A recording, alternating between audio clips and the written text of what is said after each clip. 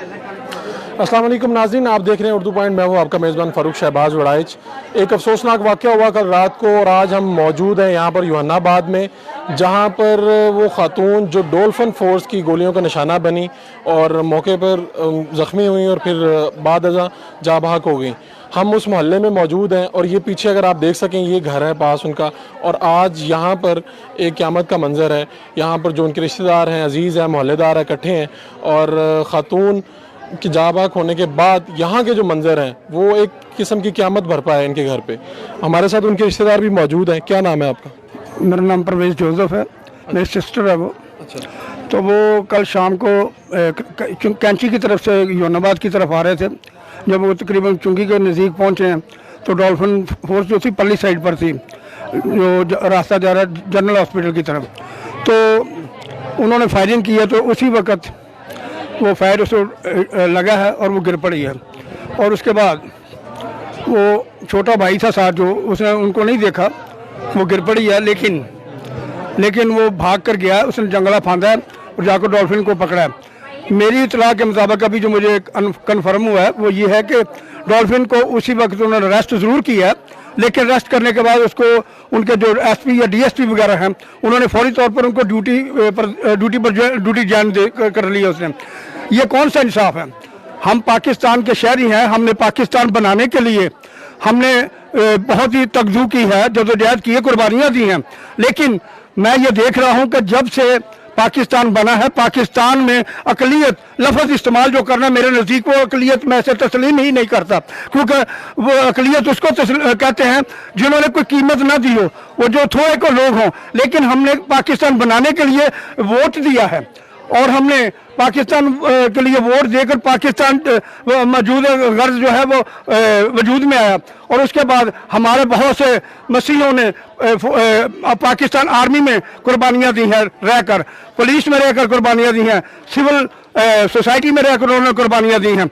लेकिन जो हमारे साथ सलूक हो रहा है वो सुतेले बच्चों जैसा है। आपसे किन लोगों ने बात की है? कोई पुलिस अफसरान ने या किसी ने यकीन दहानी कराई है कि इंसाफ मिलेगा?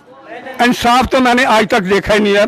जैसे कि उन्होंने अभी आपके सामने मैंने अर्ज किया है कि उनको फौरी तौर पर उन्होंने सस्पेंड किया या अरेस्ट किया, उसके बाद उनको ड्यूटी दे दी है। लेकिन मैं वज़ीर आला पंजाब से, जो कि पाकिस्तान के वज़ीर आला हैं पंजाब के, मैं उनसे दरख्वास्त करूँगा कि इंक्वायरी में से इस बात को ना डालें, बल्कि फौरी तौर पर इसका हल निकालें, उस बंदे को तख्तादार पर पहुँचाएं। ये नहीं कि वो पुलिस का आदमी है या हुकूमत का आदमी है तो उसको उसके साथ रियायत बरती जाए, बल्कि उसे जो है फौरी तौर पर पकड़कर उसको तख्तादार पर पहुँचाया जाए। जी बहुत शुक्रिया। ये हमारे साथ भाई मौजूद थे उन खातून के। हमारे साथ खातून क्राइम रिपोर्टर दुआ मिर्ज़ा भी मौजूद हैं। आपने ये कवर किया है और इससे पहले भी जो डॉल्फिन के वाक़यात होते हैं, डॉल्फिन फोर्सेस के नतीजे में, आप कोई अदादो शुमार हैं कितने वाक़यात हो चुके हैं अब तक? जी बिल्कुल फ़ारूक, बहुत शुक्रिया। अरबों रुपए के बजट से बनाई गई थी और इसका मेन मकसद जो था वो था कि स्ट्रीट क्राइम को रोका जाएगा, कम्युनिटी पुलिसिंग की जाएगी। लेकिन अफसोसनाक बात यह है कि पिछले एक साल में 3 वाक़यात हमारे सामने आए जो कि इंतहाई अनप्रोफेशनलिज्म हम उसे कह सकते हैं।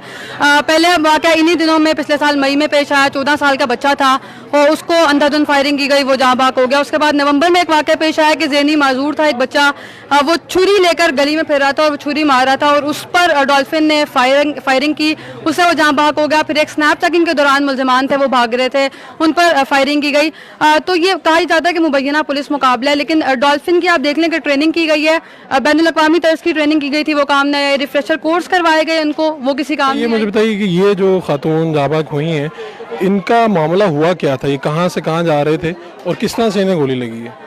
पुलिस का जो मौक़िफ़ है उसके मुताबिक PIC से, पंजाब इंस्टीट्यूट ऑफ कार्डियोलॉजी से ये यूहन्नाबाद आ रहे थे और बैंक स्टॉप पर 2 मुल्ज़िमान आए जिन्होंने डॉल्फिन पर फायरिंग की। डॉल्फिन ने उनको रोका, डॉल्फिन पर फायरिंग की। जवाबी फायरिंग जब डॉल्फिन ने की तो ये लोग वहाँ से गुजर रहे थे। ये 3 लोग थे, एक इनका बेटा था, ये वारिस मसीन के शोहर थे और नसरीन थी। तो राहगीर ये गुजर रहे थे बाइक पर, डॉल्फिन ने जब फायरिंग की तो उनके बिल्कुल सर में गोली लगी। फौरी तौर पर जनरल हॉस्पिटल मुंतकिल किया गया और आधे घंटे के दौरान इनकी डेथ हो गई। स्पॉट पे फौरी तौर पर DIG ऑपरेशन पहुंचे, SP डॉल्फिन बिलाल जफर पहुंचे।